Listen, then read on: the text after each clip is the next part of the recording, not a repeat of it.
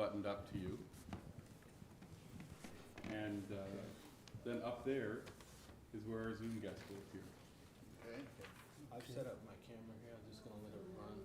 Certainly. Also, just if you're interested, just in case, it is going to be on YouTube for posterity. Okay. So you'll be able to get it on YouTube too. And if you need a copy of that, we can always get a copy. I will, definitely.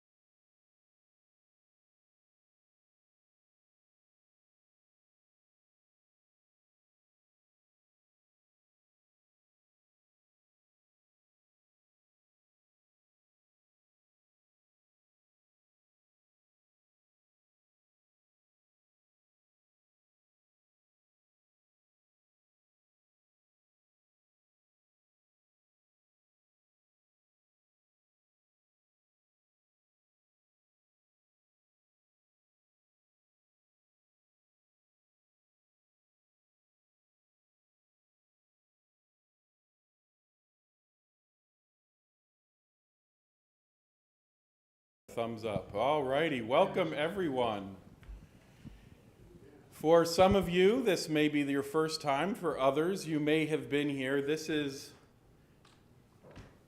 I believe, our fifth Future of Life and Faith session with Christopher Lydon, who is a Boston area independent journalist, as well as, I believe, credited with the first podcast and host of a radio show on WBUR. He is the interviewer, and he has several guests who we've interviewed up till this point to talk about the city of Boston and the future of life and faith. But this time, it's a little bit different because, as we, I think, oftentimes have learned, those who do not remember the past are doomed to repeat it. This is a little bit different because we're looking at a moment of transformation in Boston, which I hope also will give us some insight maybe into the vision of a future of Boston as well, of the founding of the TenPoint Coalition. So with us today, we have, starting on the right, Bishop John M.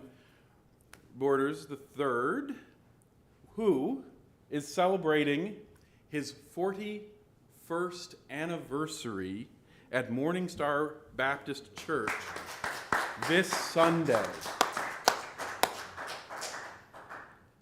And then Senior Pastor Bruce Wall of Global Ministries, 29 years at Global Ministries.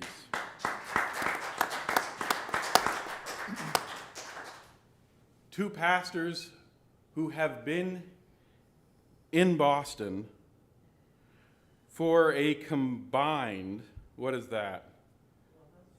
50, 60, 70 years, a combined 70 years of experience ministering to Boston. We are sad to report that Reverend Eugene Rivers is not able to be here. He said he can't hear. Oh, he can't hear you. Alex? All righty.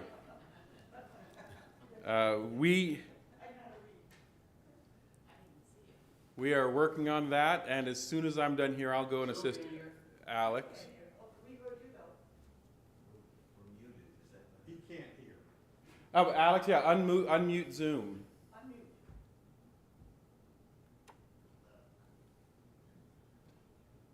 All righty, that might be better now. That's a lot better. All righty.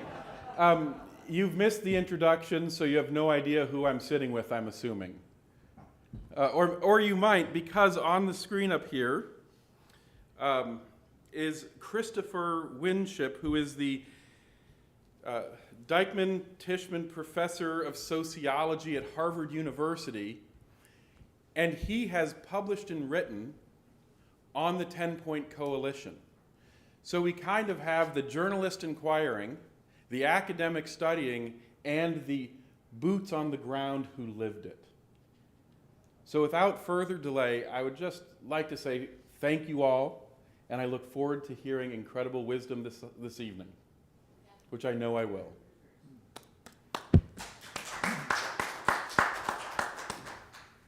Kevin Baxter, thank you. It's a privilege for me, again, to be in this conversation. This is the 6th time.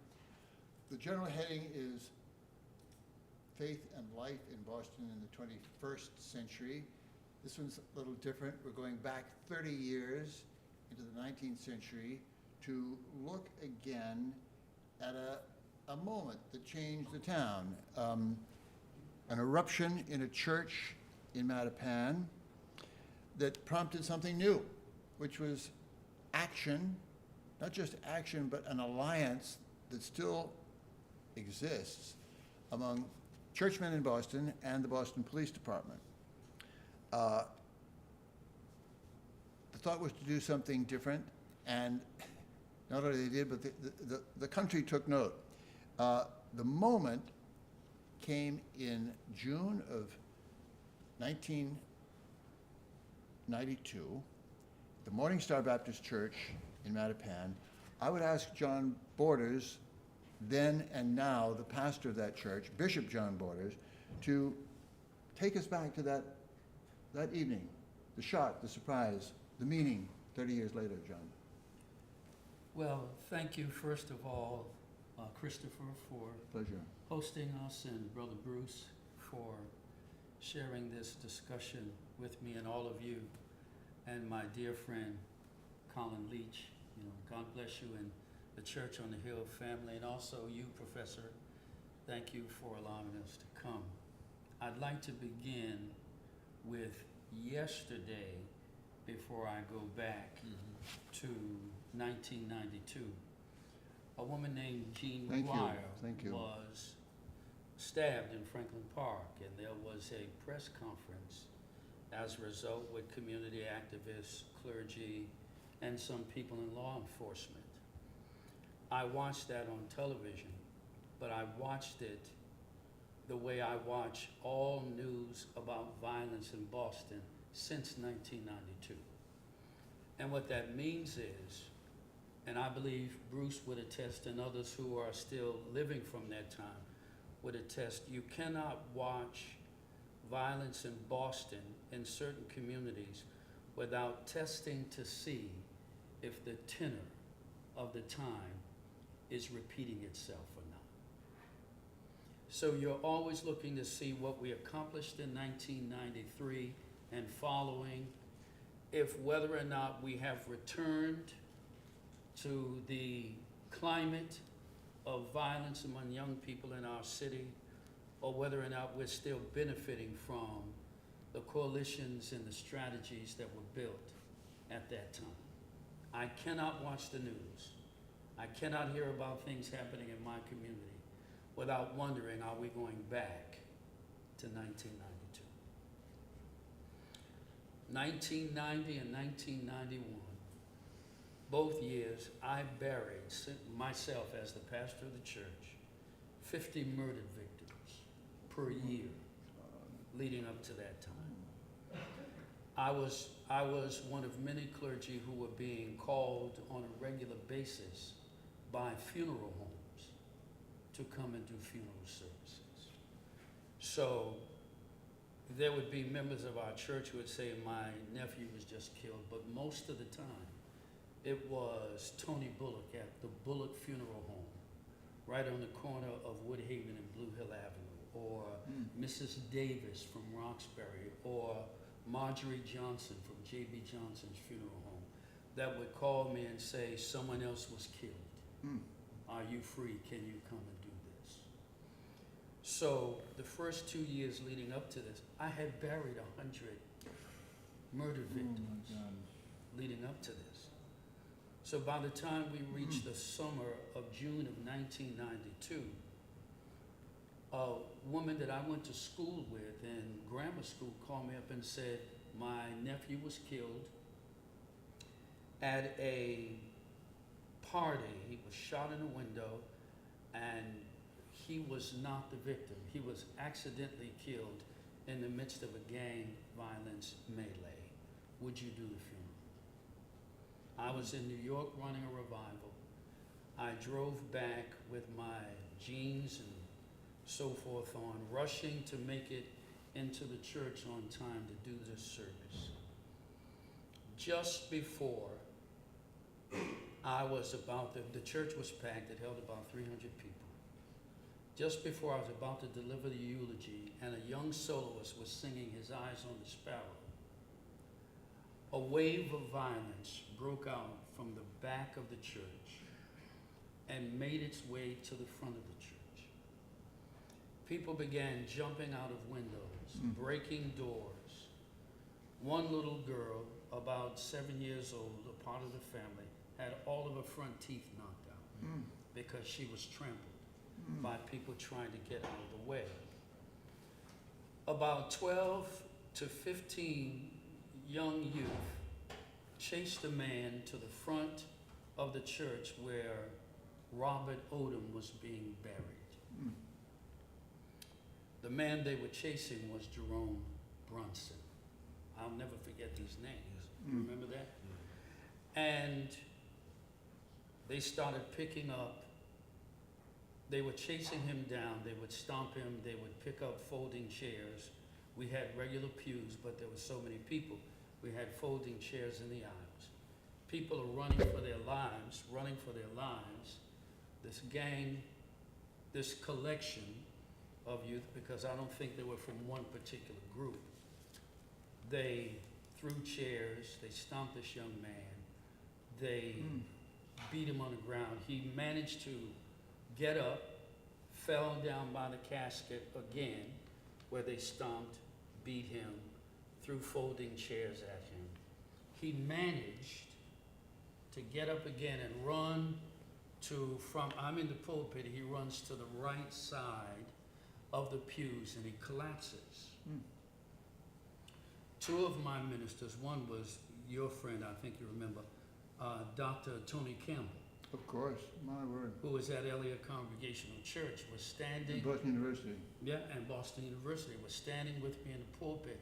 And he cried, "Not here, not here." I'm thinking to myself, this is not happening. And then I say to myself, Martin Luther King Jr. died for his faith. I'm going to die for my faith today. Because I'm not going to let them kill this man in Morning Star. So I began to run toward the victim. And they're still kicking him, stomping him. I find out that he was stabbed 8 times back there. And I'm going to fall on top of him because they're going to have to beat me to get to him. By the time I reached him, they had run out of the door. I'm one person, there are about 15 of them. But they run from me. And they run out the door. And by the time they run out the door, I look outside and they are fighting in the street from Walk Hill to Morton Street on Blue Hill Avenue. Hundreds of gang members had come to the funeral for a young man that should not have been killed. And I find out later that a melee began outside. So they fighting among themselves, or? Outside. And they were actually shooting outside because a bullet came into the sanctuary. And we left that bullet in the wall for months as a reminder of what had taken place for us. Fast forward, a news reporter named Byron Pitts said, "Reverend Borders, you have to do something." The church has been impacted by a hurricane. there are people bleeding, the funeral could not continue. I'm trying to tend to this child and others. And he says, you have to do something. I said, I have no idea what to do. I'll call a press conference tomorrow. Had police arrived at all, John? The police had arrived, they were outside. When I looked outside, you could see police and state troopers fighting with, contending with gang members for 500 yards, maybe more. Maybe 1,000 yards both ways from where our church was located.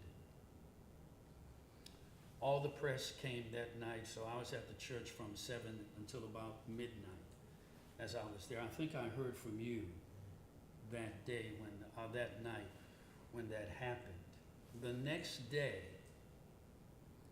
I asked for a press conference the next day at noon or something like that. I look around, Archbishop Bernard Law was there. Senator Ted Kennedy was there. Don Mohammed was there from the Nation of Islam. One of the ministers, one of the rabbis whose name I do not remember now, was there from the Reformed Jewish congregations. Bruce Wall and other local clergy were there by the next day, and I had realized then that what happened to us had not happened anywhere else at that time in the country, and it changed the attitude that the church sanctuary was no longer a safe place for residents in their community. So, of course, there's more to share, but I'll stop there. It was from that press conference that we began to meet, and I can go into further detail, but that meeting is what led to the birth of the TenPoint Coalition. That's extraordinary. And I'm embarrassed to say I'd never heard so complete an account.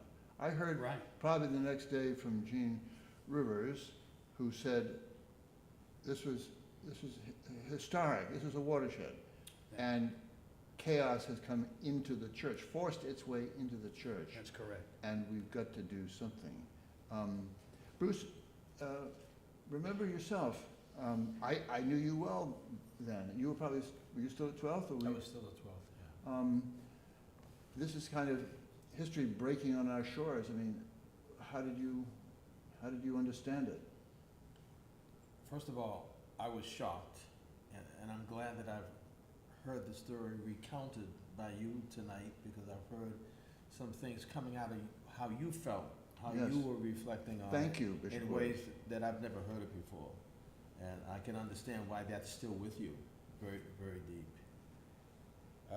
It reminded me of some of the experiences that I have had in the community working with young people, but I want to go back 9 years before TenPoint started, and at that time, in 1983, we were experiencing a lot of homicides in the community, and I was at 12th Baptist Church, and one of the young people, we had a large youth group of 60, 70 young people, and one of the young people came to me and said, you preach a good message in the pulpit about faith, but 1 block away from the church, they're selling illegal drugs. I had to stand in line while they were selling drugs before I paid for my potato chips. What are you going to do about that? And so we decided that we were going to host a march against crime in 1983, and our goal was to march from the old Dudley Station area up to Grove Hall. That was the vision. And we received a lot of threats. People were saying that if we marched, if we put a spotlight on the drug problem in our community, that we wouldn't make it to Grove Hall. And I was shocked because there was a suburban white church from Lexington, Mass, Grace Chapel. They showed up at Dudley Station. The members from 12th Baptist Church showed up. And as we started to walk with about 50 of us by the time we made it to Grove Hall, there were 500 people that joined us. Wow. And that was shocking because it made me feel that people were really concerned about this and they were willing to risk their lives to march. And so soon after what happened at Morning Star Baptist Church, Reverend Rivers, Dr. Ray Hammond, Sam Wood, a number of pastors were in my home and we were talking about crime in the city. What are we going to do? And Reverend Rivers kept talking about 10 points, 10 points, 10 points, but we didn't know what he was talking about. And Ray Hammond said to me, I was sitting in front of my computer typing, and Ray Hammond said, get away from the computer, and he sat there and he looked at Reverend Rivers and he said, I want the 10 points one by one, and I want them now. And Gene began to give us the 10 points, and that was kind of a birthing of his vision on paper that we could finally see and understand and begin to live it out. Give us the spirit of it, Bruce. I mean, what, not 10 points necessarily, but as I've heard it from Gene over the years, it was kind of, we've got to go out of our churches, get out of our churches and meet the people who don't come and who are in desperate trouble. But how would you summarize the spirit of 10 points? I think it was that, but if you remember, the Black Panthers, the Nation of Islam, on the back of their newspapers, they had 10 points or 9 points. And so that's kind of where Gene got the idea. Why can't we have 10 points for the churches as it relates to what the churches should be doing? One of the things that we felt about what happened at Morning Star Baptist Church is that when those young folk, when the people came in, the young people came in, because a lot of them had stopped going to the churches, they didn't understand how sacred the church was, as though young people who were in the church would have never done that. And so we were saying, because of what happened at Morning Star, we've got to get out from behind the four walls of our churches, and we have to go where those young people were. Do you remember that one night that I was in the community and you came down with some of the men of your church? I'll talk about that. Okay. That's really important. That's important because we went after those young people, and we found some of them. So why don't you bring I that do up? not accept the criticism that all we do in the Black church is raise money for ourselves and abandon the community. I reject that idea. I have not lived it, and the gentleman next to me has not lived it. What Bruce did not tell you was that in 1983 and beyond, he and a woman named Georgette Watson established what was known as Drop a Dime Against Crime.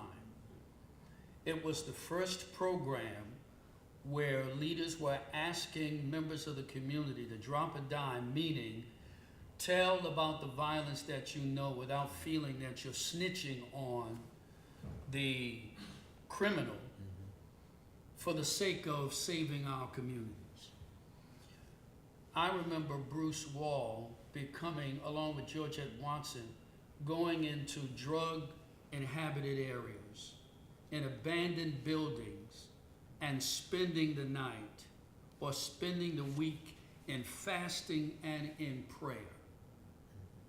Bruce Wall became the conscience of Black clergy. Dr. Michael Haynes, the elder statesman, led his congregation and led the evangelical voice for Black people at that time. And his young protege, Bruce Wall, was the community activist. Praise him. So there was a night after the gangs came into church. I remember that night. An amazing story that I will never forget. On one hand, my church leaders were saying, you need to stop this. The newspapers and the television cameras are in every service we have. We've lost our identity. and this is your fault. You need to get them out of here. So members of my congregation, leaders, were resisting the meetings that were taking place. One night, I received a phone call while all the ministers are meeting, and I'll tell you about that. One night, I received a phone call from Bruce Wall, and he says, gang members from such and such a neighborhood want to meet with you personally to apologize Wow. for the violence that took place. How long afterward? It was not a week. Wow. It may be 3 nights or the beginning of the following week, because the event happened on a Thursday. The press conference was on a Friday, so this was probably Monday or Tuesday night of the following week. And we had spent that time looking for them. We were trying to find them. Really? And we found them that night. My life was threatened at that time. And there were people who were concerned about me, so I was not traveling alone. Anywhere I went, I had 10 men with me. And Bruce says, I need you to meet me, John, because these young people want to apologize to you. I go to this certain place in Roxbury that I choose not to name because I don't want to disparage or create an image of that area unnecessarily.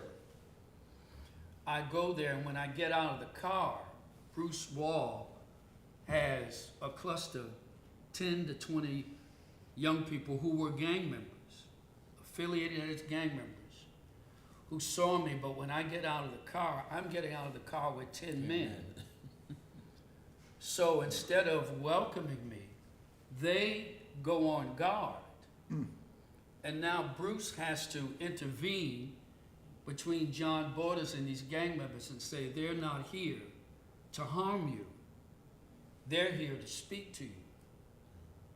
Now, let me tell you what's important about that. Gang members are conversing with clergy to apologize for the violence that had been taking place in Boston, led by a mediator named Bruce Wall. The reason why this is important is because we're having public meetings over here, but during that time, there are a lot of subplots at work by which TenPoint was born.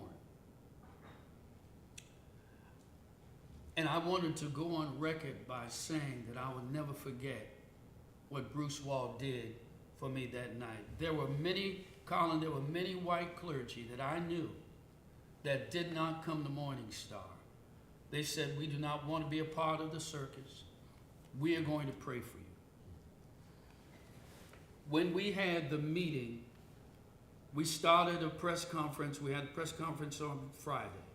By Monday, we agreed that we were going to have follow-up meetings to deal with the gang problem in Boston, but it was described as what will black clergy do about the gang problem in America. And media from all over the country were looking at us at Morning Star Baptist Church. We had every known religion in America represented at Morning Star for 6 months in meetings. There was some clergy who were determined to make a name for themselves. So while we were discussing how to address the gang problem, they had another agenda. And their agenda was to be provocateurs of the problem. And I was asked to preside over these meetings for 6 months. Bruce and Jean and a minister named Sam Woods said to me, John, we may have a solution to the problem. We have these 10 points, and we'd like to bring these 10 points in front of the audience, in front of the group of clergy. And we'd like to suggest that this is the game plan. This is the The mission. mission, the design for dealing with this problem. One, address, and I don't remember all 10, but one, we need to address poverty in the inner city. Two, we need to address the breakdown of the educational system in the inner city. Three, we need to deal with job opportunities as they come from the city and the private sector. Four, we need to deal with discrimination and racism from the police department. Five, we need to deal with the judicial system and how they handle black people in the criminal justice system. Some they let off, some they're giving hard time for minor offenses, and we need to address these things. Six, we need to address how the religious community, the church, addresses the problems of the inner city and young people and so forth. And I don't remember the rest, but I do remember that at first it was not well received. It was received with caution, is a better way to say it. Received with caution from the 300 clergy that had gathered there. But we had nothing else. We were under pressure to help heal the city and create a model that would be functional in other cities around America. And we started discussing around those points. Really tedious discussions on each one of those points and who was going to do what to make these 10 points the roadmap for solving the problem of gang violence in Boston. A word, Bruce, I want to introduce Christopher Winship too. Bruce, do you want to? No, go ahead. Christopher Winship, welcome. We know in a new way tonight that something important was happening here. How do you frame it as a sociologist with a theoretical flair from the other side of the river at Harvard? Why are we still talking about this, and what does it tell us for today? Well, I think thank you first, Chris, for inviting me to be part of this August panel. Pleasure. Well, the first part of the story, and what's really essential, is the creation of a broad community group that's really committed to dealing with the problems of youth violence in its city. It's well organized. It's very committed. It consists of a set of people who are working together, not working for themselves. And this later is going to be, an essential building block for creating a relationship with the Boston Police Department and many social service agencies. We barely touched on that. How did the Boston Police get recruited? Who came? What did they give you? Well, I'd be interested to hear from the two reverends. Gene Rivers had a pretty antagonistic relationship with the Boston Police Department back in the early 90s. He was generally known as a cop beater. He had an adversarial position with a lot of the clergy too in that period. I remember it well. He's always got a lot of adversarial relationships. That's what I mean by subplots. There's subplots. So the way I think about the story is, the ministers, they're having their meetings, and I hope the two reverends will talk about how, they would go out late at night and do these walks. And during these walks, how they would run into gang members and talk with them. And you know, obviously the gang members at first were kind of wondering what in the world are these ministers were doing out there. So the other piece that's really fundamentally happening here at the beginning is, one, this creation of a community group, but then very much a creation of relationships between these ministers and gang members. In fact, I'm sitting here looking at the 10 points, and that's number 5, is to have a set of relationships. In terms of the police, it's really several years later, and to my mind, it's, you know, at one point, Reverend Rivers' house is shot up. Yes. And he, I think at Jackie's insistence, suggested he has to get the police involved.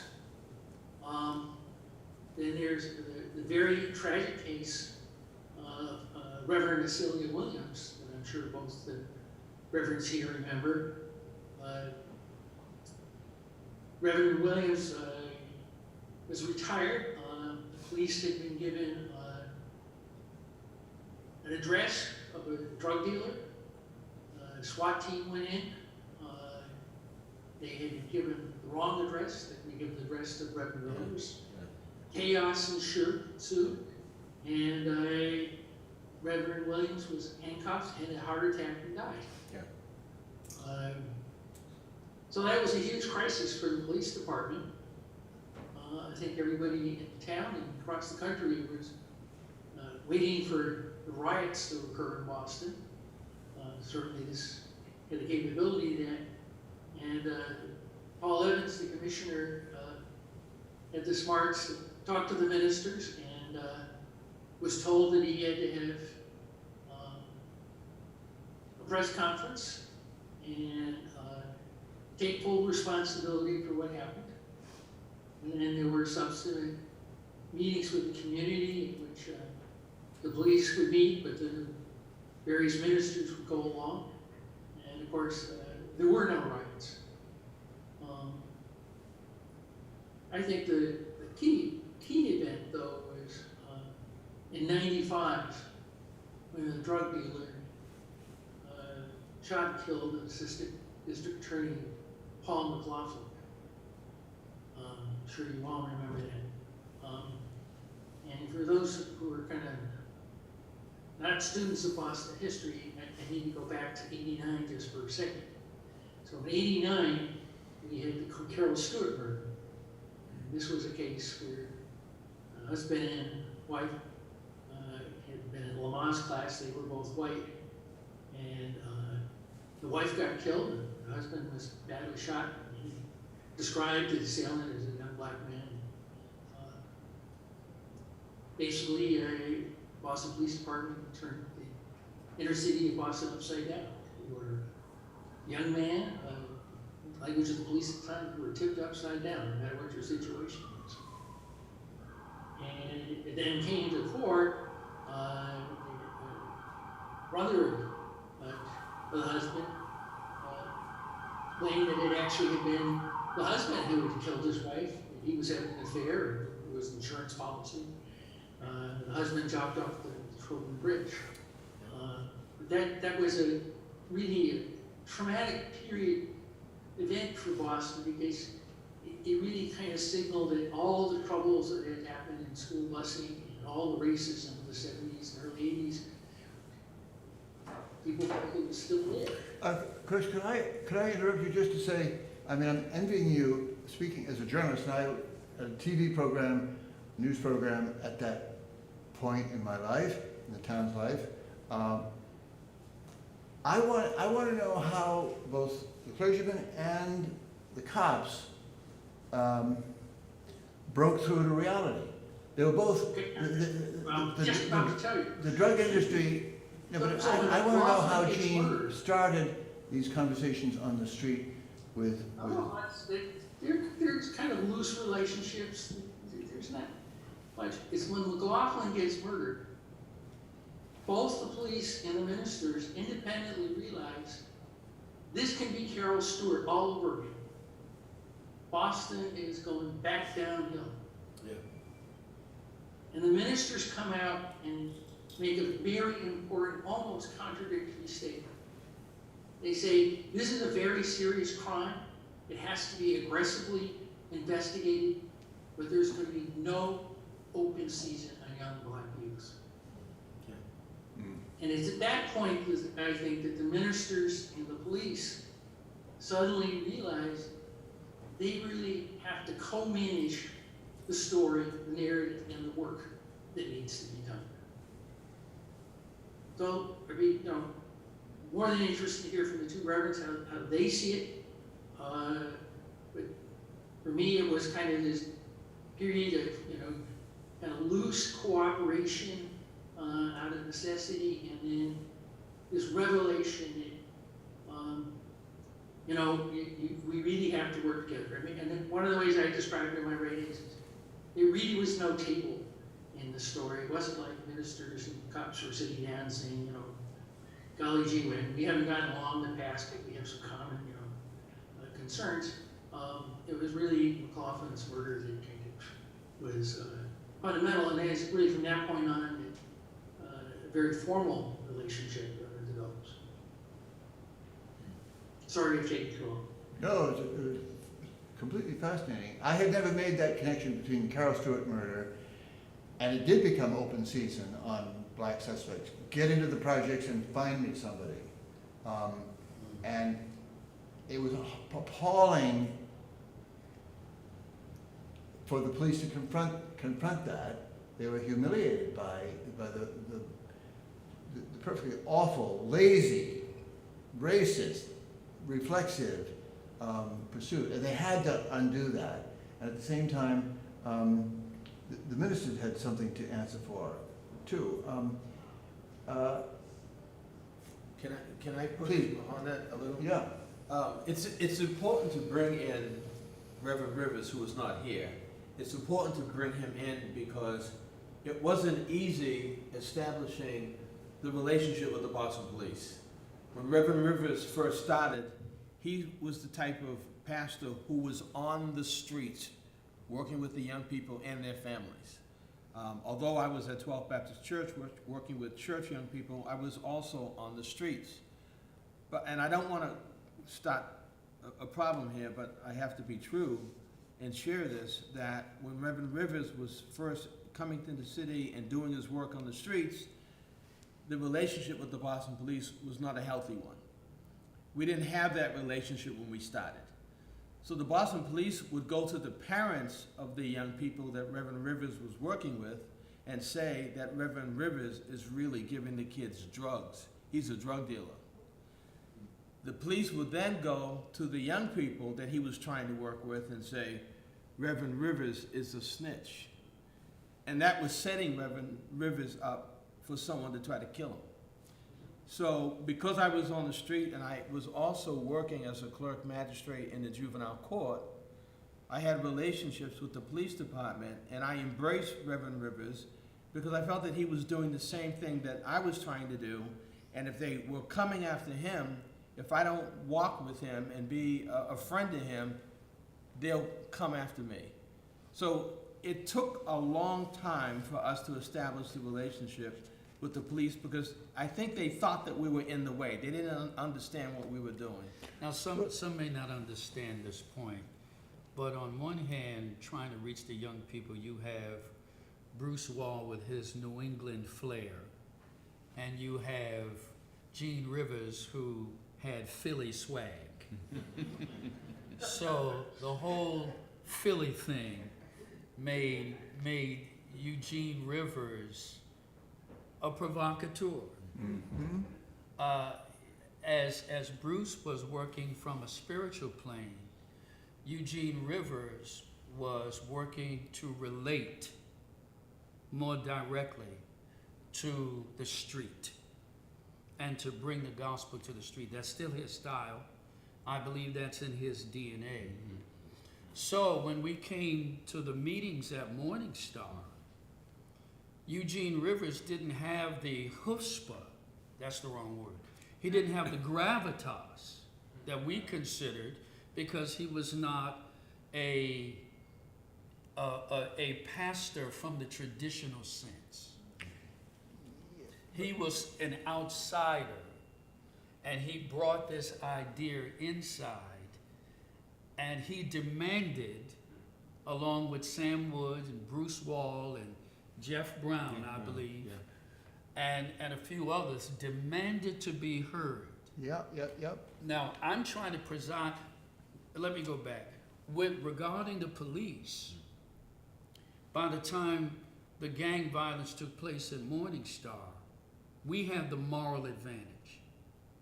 Everyone was looking to the clergy, including the police officers, including the politicians and the judges. So Bruce was, and Gene in this case, were instrumental in creating groups of volunteers.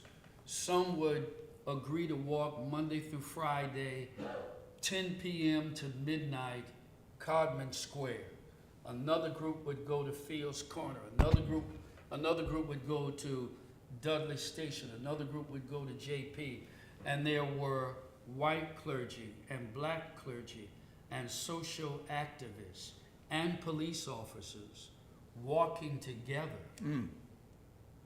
and addressing people in the community in the street on weekend nights, close to midnight. I want to ask my question again.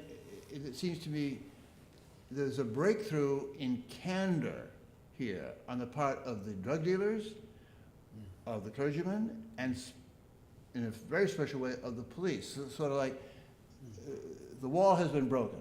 No more nonsense, no more evasion, no more guilt.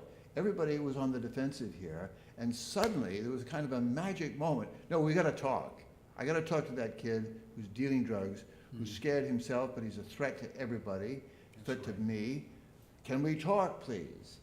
And suddenly, I'm just really, that's a very unusual pattern. And journalism doesn't normally get through that nonsense glass. There's a very artificial secrecy, even around our wars, our Washington, our politics. Nobody really comes clean about what's going on. And suddenly, you guys were getting it. And it's still very, very vivid. This is unusual to hear real encounters. I wonder what it was like. What was it like to be talking business in a certain way with young kids in the trap of drug gangsterism? Can I give you another part of this to answer that question? I don't know, Reverend Borders, Bishop Borders, if you remember, there was a roller skating rink in Dorchester, Shavel. Yes. And I went to my pastor, Reverend Haynes, and I said, I need to be released from being the youth pastor of the church. Yes. Because I have to go where the young people are. They're not coming in the church, and we have enough pastors in the church to continue my work with the young people. And he granted, he said yes. He said, you have 6 months. Wow. And so Wow. I was led, the Lord led me to the place where the young people were. It wasn't my idea. I was led to the Shaver roller skating rink. When I went there, I decided to go skating with the kids on Friday nights, and on Sundays, I would go to the skating rink and teach a Sunday school class, which took 6 months to connect. Wow. Which was about 5 blocks from Morning Star. Right. And on any given weekend, At night. someone in that area would have been shot or Yeah. stabbed. Yeah. Yeah. So Bruce put his life on the line for that. I think it's important to put on the record from my perspective that TenPoint was not the acclaimed outgrowth of the meetings that took place at Morning Star. TenPoint was the infant child that survived the meetings that took place at Morning Star. Because we are, as months go by, we're still trying to deliberate on the best way to address these things. And Gene and Bruce and others like them would leave our meetings and hit the streets. So TenPoint really became an offshoot of the meetings Yep. by a group of clergy that took responsibility themselves not to beat a dead horse into the ground. And not that we were, but they were more active and more aggressive about dealing with gang violence. And they are what survived. So when you think about scriptures, what books have survived, it's a bloody prospect. So you have to think about TenPoint as surviving all the discussions that went on among clergy and law enforcement at that time. Could I ask, I've walked a lot of Boston with Gene, somewhat with you also, Bruce. Gene has swag and swagger, no question about it. And maybe he's bluffing, but what did you think was the real danger? Did you feel endangered, or did you feel that, there are kids here who are waiting to get a hand, or But it's a little unfair to ask me that question, because when I was at Chevu, I was on the turf of the young people. That was their turf. Yep. And I listened to what they say. But Monday through Friday, from 8:30 in the morning until 5 o'clock at night, they were on my turf, the same young people in the court that I worked in. Yep. And so we tried to work something out that when I'm with you, I need intel, I need you to trust me. And when they were at the court, I helped them out, and that worked. The other thing that happened is that, Interesting. and Reverend Rivers helped me with this, we created a wall at the skating rink. And we started to put the names of the young people on the wall who died in our city. And I didn't know how significant that was Wow. until one day I was teaching a Sunday school class at Chevu, and a group of young people came in and disrupted the Sunday school class. Wow. And I asked one of my volunteers to continue the class, and I went to talk with them. I didn't know what they were gonna do. And they said, "We wanna talk to you about the wall." And I thought they were gonna say, "Take it down. Wow. We don't want that." They didn't say that. They said, "My friend died. Can you put him on that wall?" Oh my God. So they weren't going to the grave sites. They came to the skating rink, and the wall represented that. So a lot of that helped Reverend Rivers and I to earn the trust of the young people, and there are hundreds of stories that we can tell. Bruce, that's very, very moving. You know what it reminds me of? In the Gloucester City Hall, when you come down the main staircase, it really brings tears. There's a whole wall of fishermen who have died at sea, Gloucester fishermen who have died at sea, and there are hundreds of them. And they're Italian, and they're Portuguese, and they're this, that, and the other. But that was a genius move. That came from the Lord. It didn't come from us. Praise That was God. something the Lord gave us. But when I left Chevu, we had 300 names on that wall. Oh my. 300, and families would come to look at it. And when I left, we took the wall and we erected it in the church. Oh, So people were man. coming to church. Chris and everyone, gangism is the result of a void in the sense of community. Mm-hmm. For gangs to come together and build the allegiances that they do, they're saying there's no one in our lives who is ride or die but members of this group. Not our family members, not our educational system, not our churches, but the members in this group, they're ride or die. So we learned this, we realized that the devotion that gang members had to each other Oh my Lord. could not be broken, it had to be approached. So when you would see at 10 o'clock, 11 o'clock, 12 o'clock at night, these individual leaders, including police, going to these gang members, it took a while to build trust. And what we found, the reason why gang violence went down at that time, is these young men didn't want to die. They didn't want to die anymore. They didn't want to kill anymore. They didn't want to be on drugs anymore. But no one was listening until that time.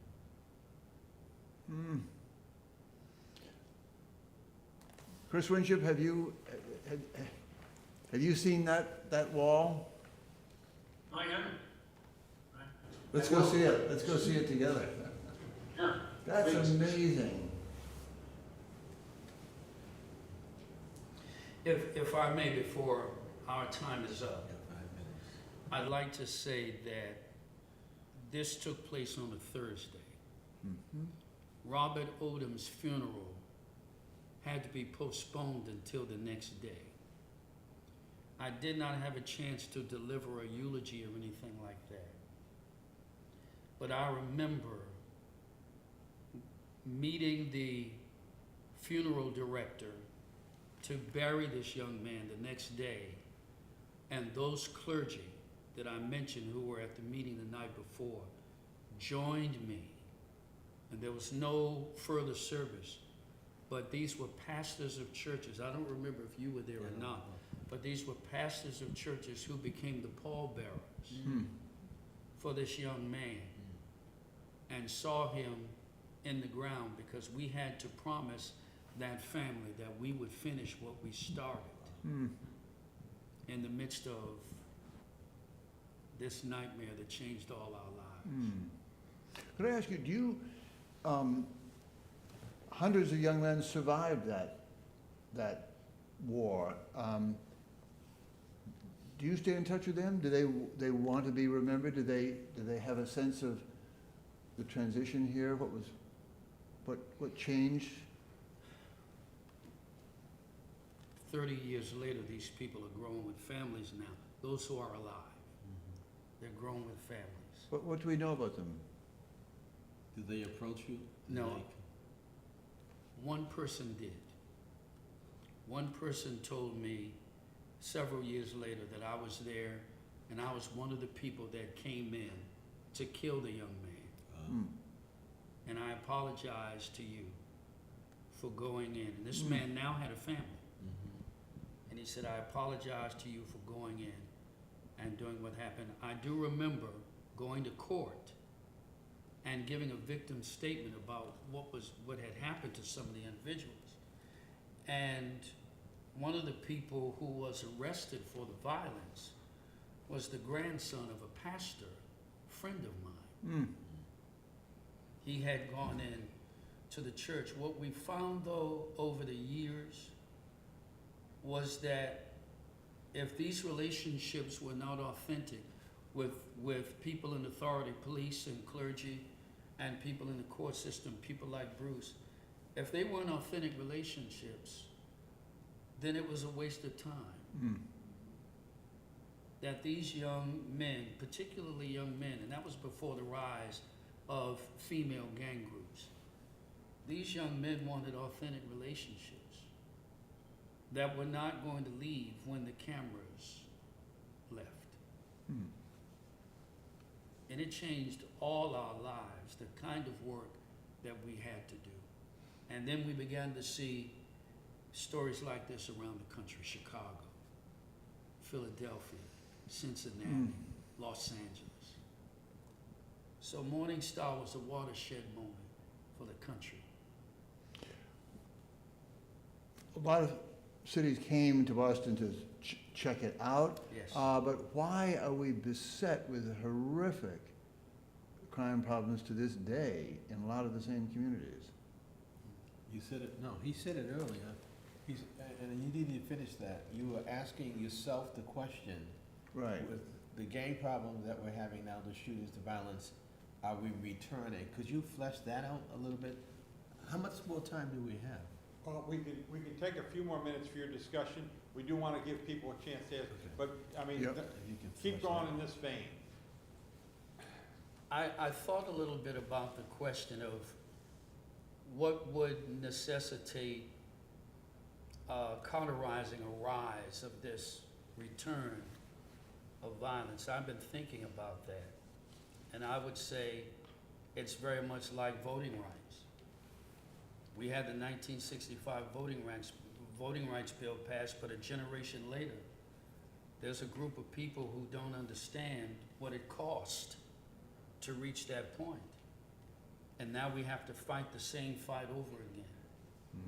We're dealing with another generation of people without memory. They do not remember what happened in 1992. Some of them were not born. So now we have to turn around and build those coalitions, and build those relationships all over again to authenticate ourselves even more now than we did before with the being in a post-Christian era. We can't depend upon, the gospel cannot be only preached in the pulpits. It has to be lived in the street through built relationships if we're going to see a decrease in violence again, because they just don't remember. Let's take some questions. Take please. some questions? Okay, thank you very, is it worth saying another word, John, about cardinal law and his participation early on? Is that worth talking about anymore? I will say this about Archbishop. He was Archbishop and not Cardinal then. He came to me and said, "John Borders, you need a friend. What can I do to help you?"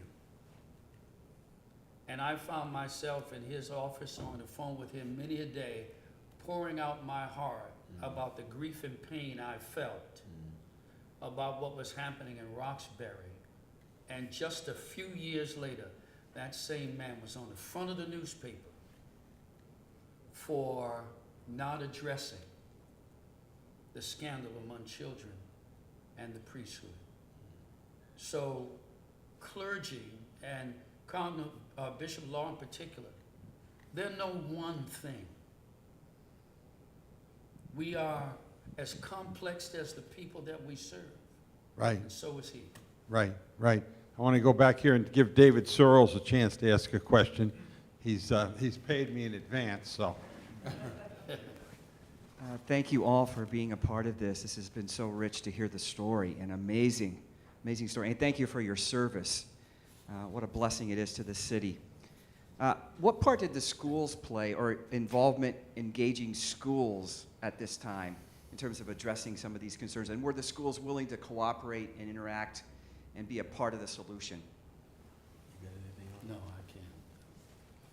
I don't have a whole lot on that, and I'm also going to say that Reverend Mark Scott is here from the Baker House, and he is one of the pastors at the Azusa Christian Community, right? So he's there with Reverend Rivers.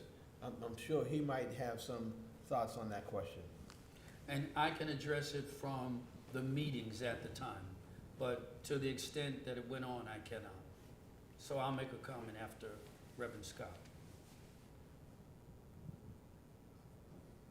I'm trying to remember what the schools might have done then. I can say one of the things, once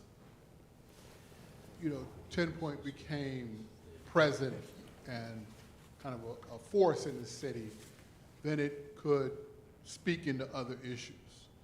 And so I do remember clergy, not unlike when they spoke about after the homicide of the Assistant District Attorney Paul McLaughlin, they were able to speak with some voice then.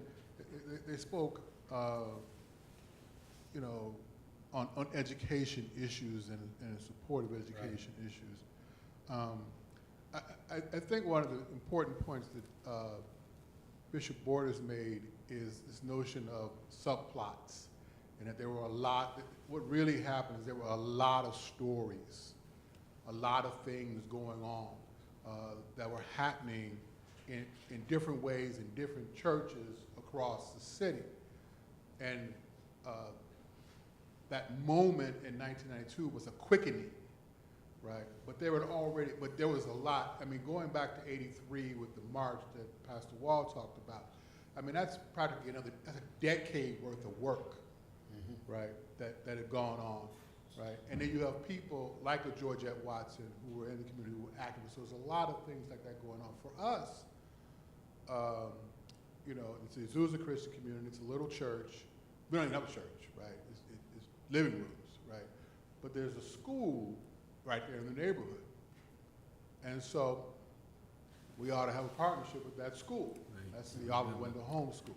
And what the schools did at that time, a part of the 10-point plan, was to go into the schools and speak in auditorium sessions, so the principal would allow someone to come in, to bring the entire school together, and we would talk about community, we would talk about a good education, we would talk about the issue of gangs and what they've done to help eradicate, you know, violence in the area, how to get rid of gangs and deal with the violence.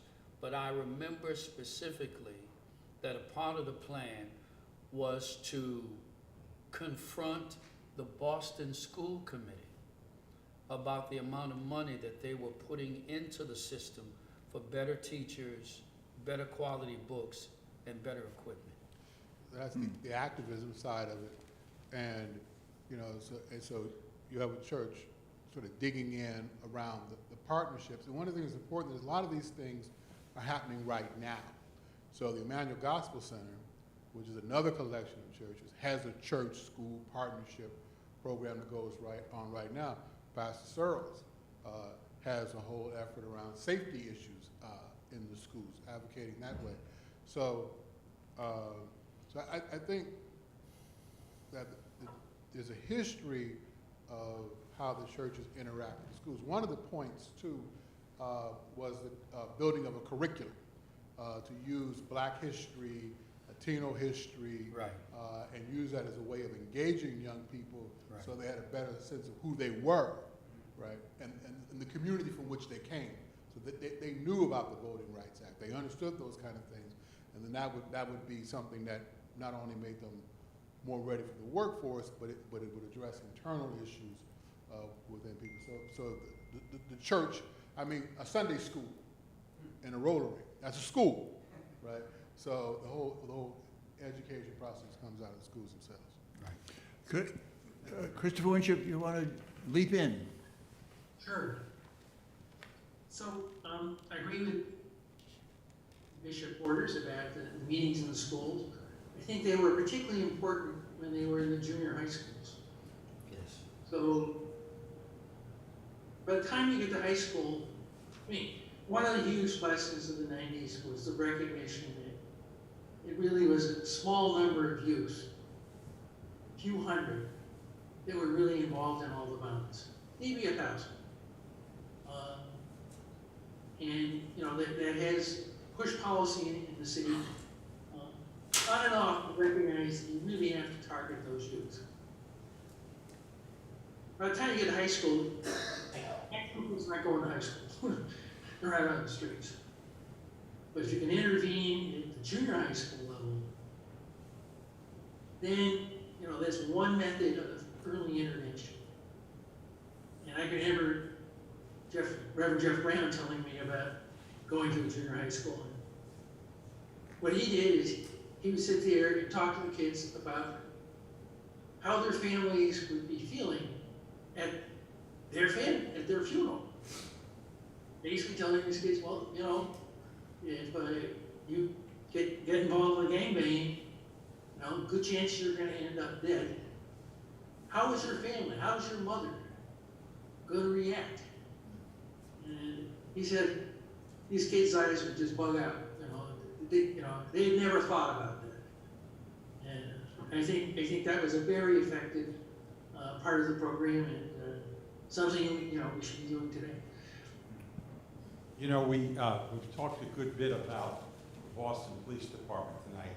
We actually have, hiding in plain sight, a member of the department, not only of the department, but of the command staff is back here, and I've got to give her a chance to make a comment. She's a dear, dear person. Come on, stand up and say something. Come on, because she's been on the force through a lot of this. Introduce yourself She and have a was. word, please. She was.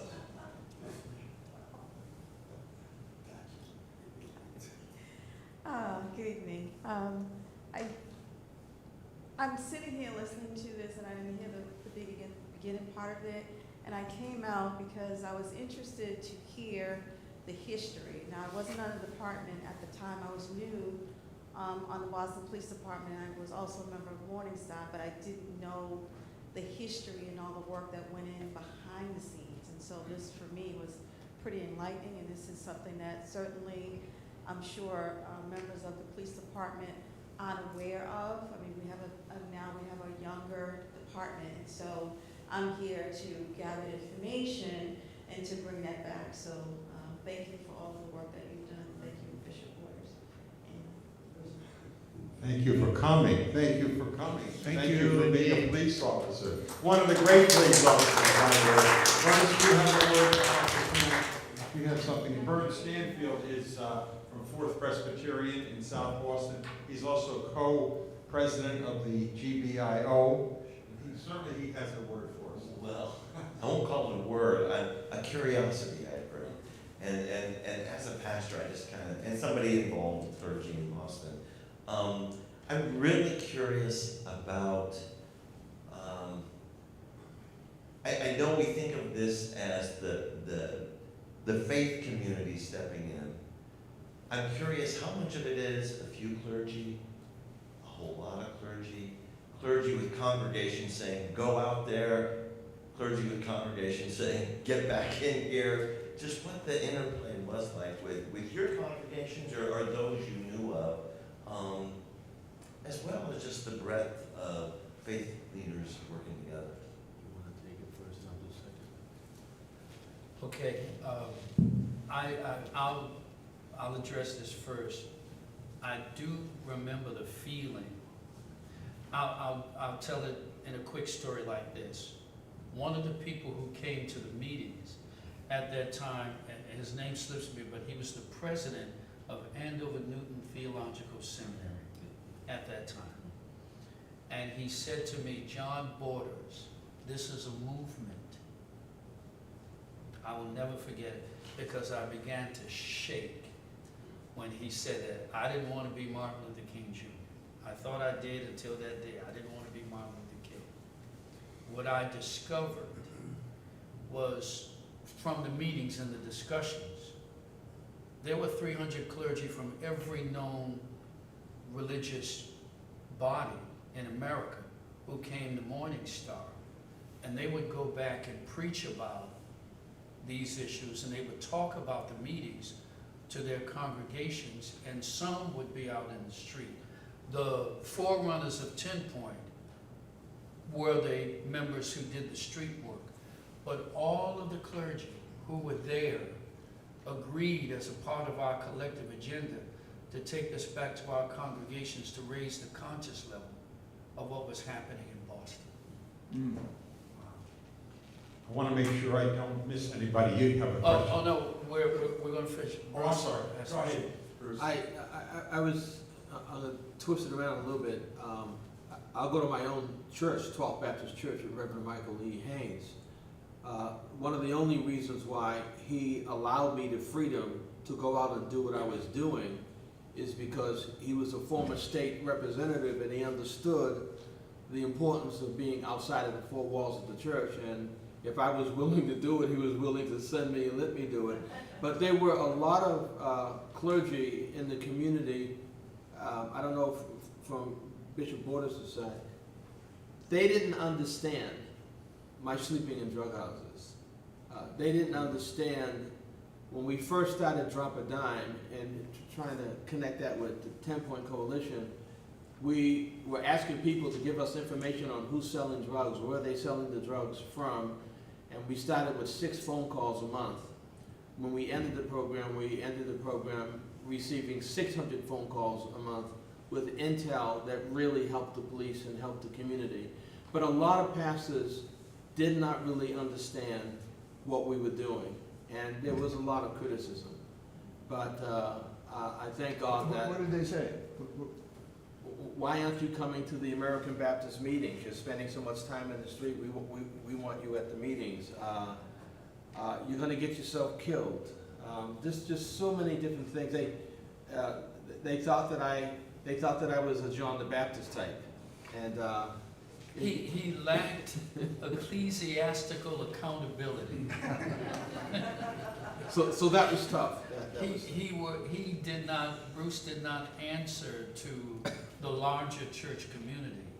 He answered to his own pastor in church, and he answered to the people who were hurting in the community.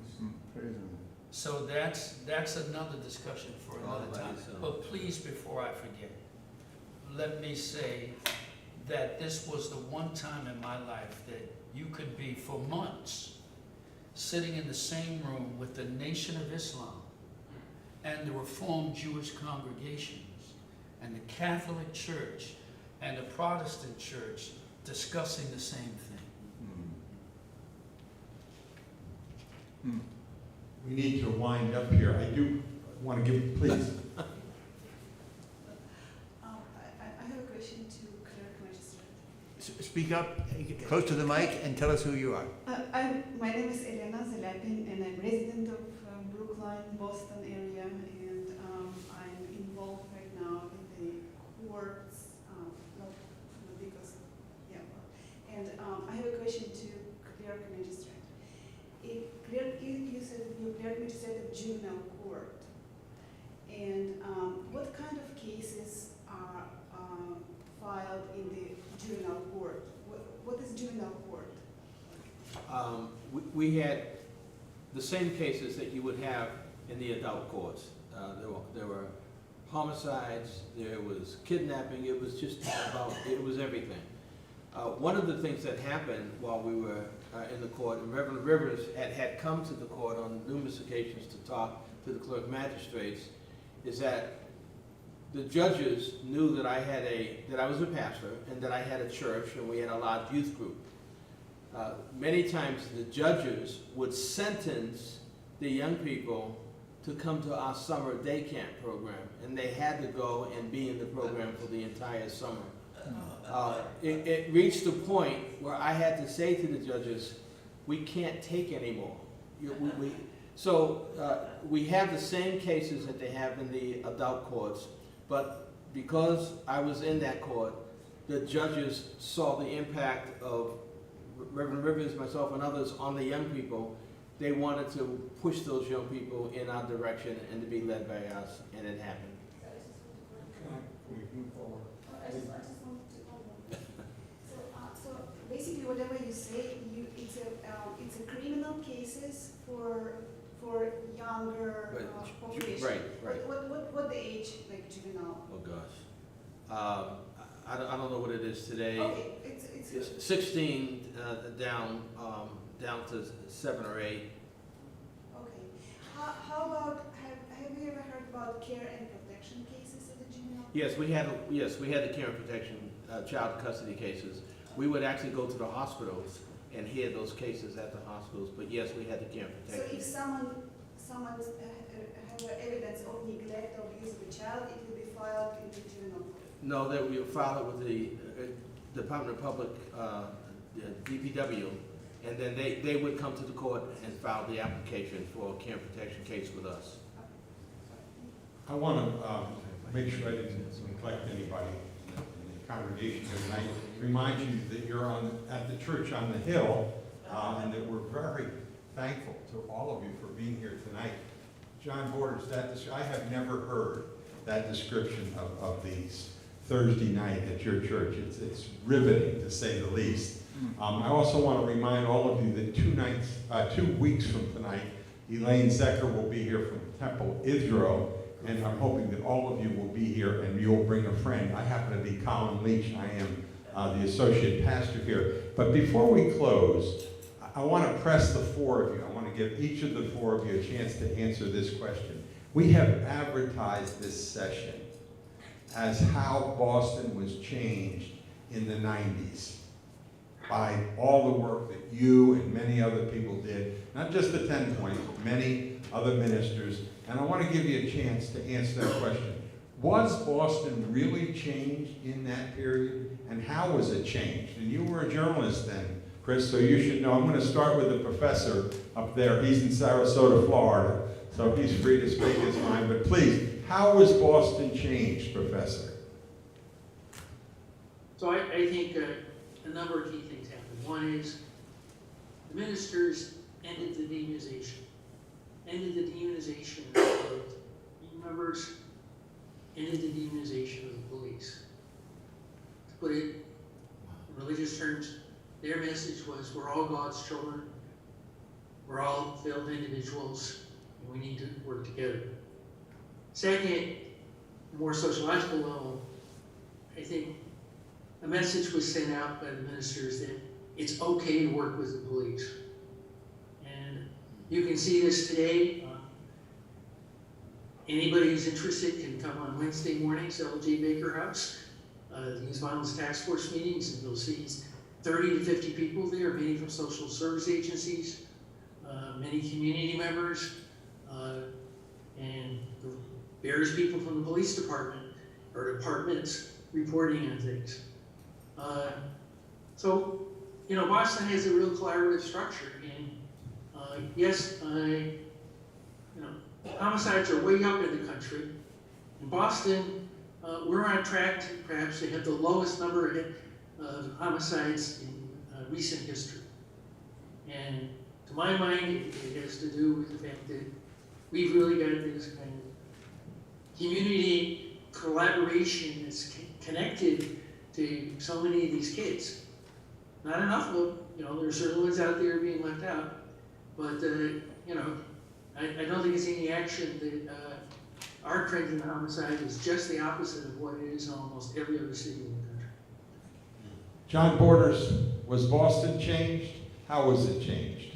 I was driving to New York to a meeting, and I turned on the radio and heard Dan Rather refer to the Boston miracle that started in a Mattapan church some 5 years ago, where the murder rate among teenagers had gone down to nearly zero. Wow. What changed was violence among young people had diminished maybe 90% over a 10-year period from what happened that night. Bruce Wall, how was Boston changed? Same thing. During the 80s and 90s, we were losing 130 young people and a few adults to homicides. In 1996 and 1997, as a result of the pastors coming together and working with others, we had 2 years where we did not have one juvenile homicide. That's right. Wow. So, What years were those, Bruce? 1996, 1997. Wow.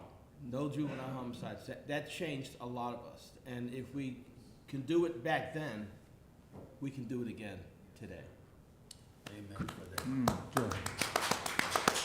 Chris Lydon, from the point of view of a journalist, because you were a journalist in Boston all that time. Yeah, I was. And you also were a member at 12th Baptist Church. I was indeed. How was Praise Boston God. changed?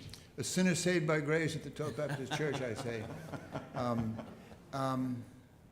How has it changed? And also, I'm thinking a lot about my own children who grew up in Boston Public Schools in that whole era. What has changed? Everything's changed. And it's still changing.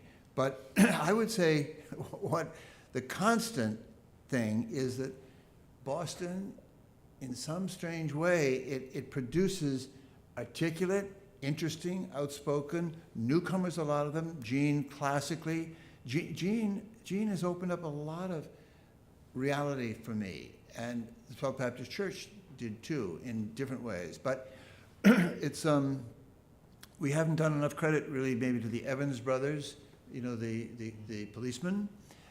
Again, they are change agents. They're open-minded people. They're thoughtful people. Yeah. I don't know. Next time we'll talk about pragmatism and the secret that you feel, Chris Winship, is unfolding here.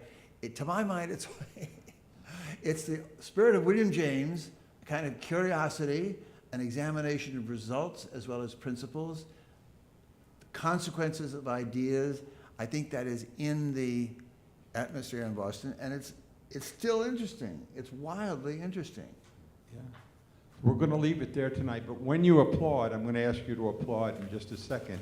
We're applauding not only our 4 participants tonight, but we're applauding all of the clergy from Amen. all the different religions who worked on this in the 19th. And I just want to send you out of here thinking about this one fact that came from Bruce Wall. 1996 and 1997, we had 0 homicides, juvenile homicides. 0 juvenile. So that is our hope and our goal and our Thanksgiving. Let's have a round of applause for our Amen. people.